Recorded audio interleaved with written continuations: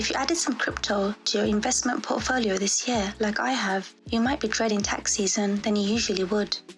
Crypto taxes can often be a complicated process, which is why you'll save yourself a migraine and hours of frustration in the future if you get the right crypto tax software to help sort out all of your crypto wallets, exchanges, transactions, and everything you need in order to file your taxes the right way.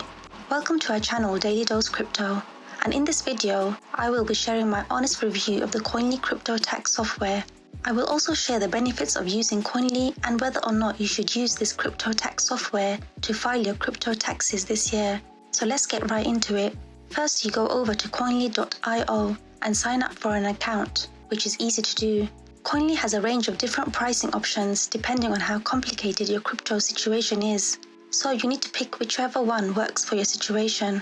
When you sign up, you'll be asked to set your country and your currency. Koinly is now available in 20 plus different countries, so check out if it works for you in your country before you get started. But they should support a lot of different places. If you want to join and start the process as I do in this video, then be sure to use my link in the description below. Next, sign up for Koinly and get started. The process is actually very simple within Koinly, and there are 3 important steps we're going to go through to file your crypto taxes with Koinly. The first step is to connect your wallets and your exchanges, which they will automatically generate the information you need. Koinly is going to need all of these connections to wherever your crypto happens to be.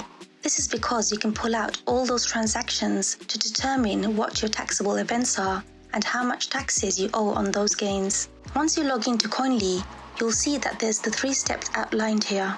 If I want to click over to the Wallet tab, and this is where you're going to be adding any of your wallets, you can click to add wallets and simply choose to connect each of the ones that you use. Now, if there's any of the ones that you use that does not show up on here, you can simply type in the search and find it that way. Depending on which wallet or exchange you are connecting, you might have 1 or 2 options to connect them. So if I click here for Kraken, you can see that the options are set up auto sync or to import from file. So you're going to be going through each of your wallets, each of the exchanges you use, and connecting them either of these ways. To set up auto sync, you are going to be clicking that and going over into the exchange or the wallet app and finding the API key that you need, taking that and pasting it into Koinly so that it can connect automatically. After, Koinly is going to import all of your transactions from the wallet or exchange into Koinly, but please note that not all of the exchanges have this option. Some may only allow you to import a file. In that case, you log into your exchange or wallet. Find the option for downloading your transaction history or tax reports. It will be different for each one. Download that and then you'll go to here, drag and drop to upload that file into Koinly, and that will do the same thing. This will upload all of your transactions from that wallet or exchange into Koinly so we can figure out your taxes. But once you've added all of your wallets, you can see I have quite a few different wallets and exchanges that I've used. They will all appear here. It'll show you all your coins and how many transactions you've done with each one. Once all of these are set up and we go over to the Transactions tab, all of your transactions are going to start showing up here for each exchange in wallet that you import. Now currently it does a couple of things. After you import your different wallets and exchanges, it will import all of those transactions and determine the market price when you bought or sold. And it will also attempt to match transfers between your own wallets and exchanges. And it will do that so then it can calculate the capital gains or losses that you might owe. Step number 2 is to review your transactions. So once you connected all of your wallets and exchanges, Koinly is going to see all of the crypto transactions you made within the year. What you need to do is to go through those transactions and make sure they all line up, that it all makes sense. Now, if I click on one of these, here's a deposit from ShakePay. It is 26 cents worth of Bitcoin that I earned for shaking my phone. It's a nice little feature they have. You can do that every day and earn just a little bit.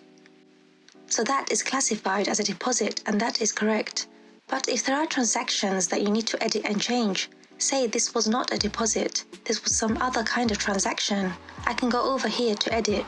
I can change that transaction type. So let's say this was a transfer from another wallet. I can label that as a transfer trade income airdrop. There's a whole range of different options here, so you can label your transaction properly. But what you're going to want to do at this stage is to go through all of your transactions and make sure that they are correct. You can sort that if you want to do this wallet by wallet. Let's say I want you to do all of my ShakePay transactions. I can do all of those and then go through each one. And then if I want to do my Newton transactions, I can do that and go through until I have all of those transactions. I've double checked them all and I know that they are correct. So let me explain. The first type of transaction are deposits. Now, deposits happen whenever you bought coins, received an airdrop, mined coins earn interest, or earn payouts for staking. Now, by default, Koinly treats all deposits as investments or purchases at the fair market price.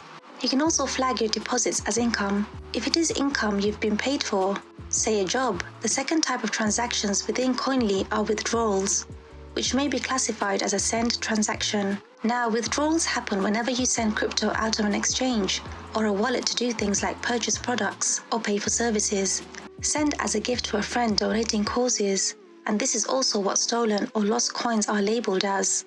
By default, withdrawals are counted as payments to a third party. It counts as you spending that money and a profit or loss will be calculated on that amount.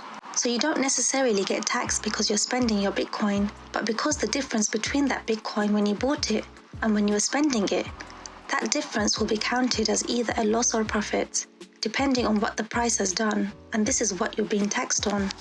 However, a few of these transactions are not taxed, such as when you're donating, sending a gift, or when you have lost or stolen coins. All of these you can tag within quantity to make sure you don't get taxed on those transactions. The third type of transaction is a trade. A trade happens anytime you buy crypto. With fiat, you sell your crypto for fiat, or whenever you're trading between different cryptos. So let's say I trade some Bitcoin for Ethereum. That's a trade. If you are buying crypto that is not taxed, if you are selling crypto that is taxed, and if you are trading between different cryptos that can be taxed or not taxed depending on which country you're in. And the fourth type of transaction is a transfer. This is what happens when you move crypto between different places, but it's still in your own possession. So let's say I move some crypto off of an exchange to my wallet, or from my wallet to an exchange, or from one wall to another. These are all transfers that they are not taxed. However, a lot of times when you're moving crypto between different wallets and exchanges, you do have to pay a transaction fee.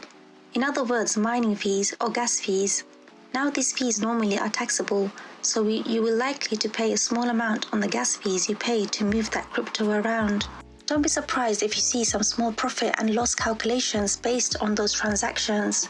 So now that you're clear on the different types of transactions within Koinly, you can go and look through all of your transactions and make sure they are all classified correctly.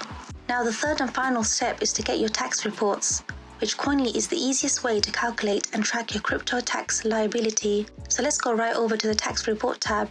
You can choose here which year you want this for. I'm doing this for 2021. Immediately, it shows you a summary of all of the taxes you might be owing, so it breaks this down into capital gains and losses, other gains, income costs and expenses, gifts, donations and lost coins. So what you have to do is to go down and scroll below here to pick a report type. Now what you choose here is going to depend on which country you're in. You can go and download report, and that's going to generate that report for me. I simply use this when I'm filing my taxes, as it generates those reports for you. You then go submit that when you are doing your taxes.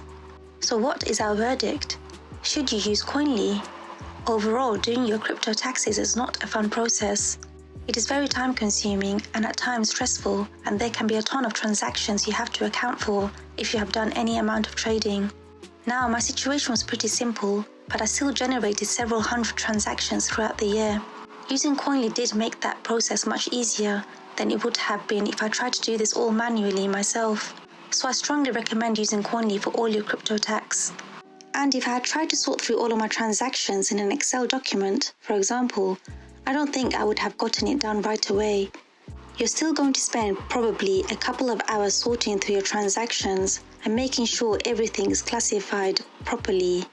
But this is totally necessary, because if you don't, you're likely going to get taxed on things that you shouldn't. And avoid reporting your crypto on your taxes is just a huge no-no. You don't want to get in trouble with the law for not reporting this stuff. I'll definitely be using Koinly again in the future, but what do you think? What are your thoughts? Can you see yourself trying this out? Or do you have a better idea for how to handle your crypto taxes? If you are interested to sign up for free, I've included a link below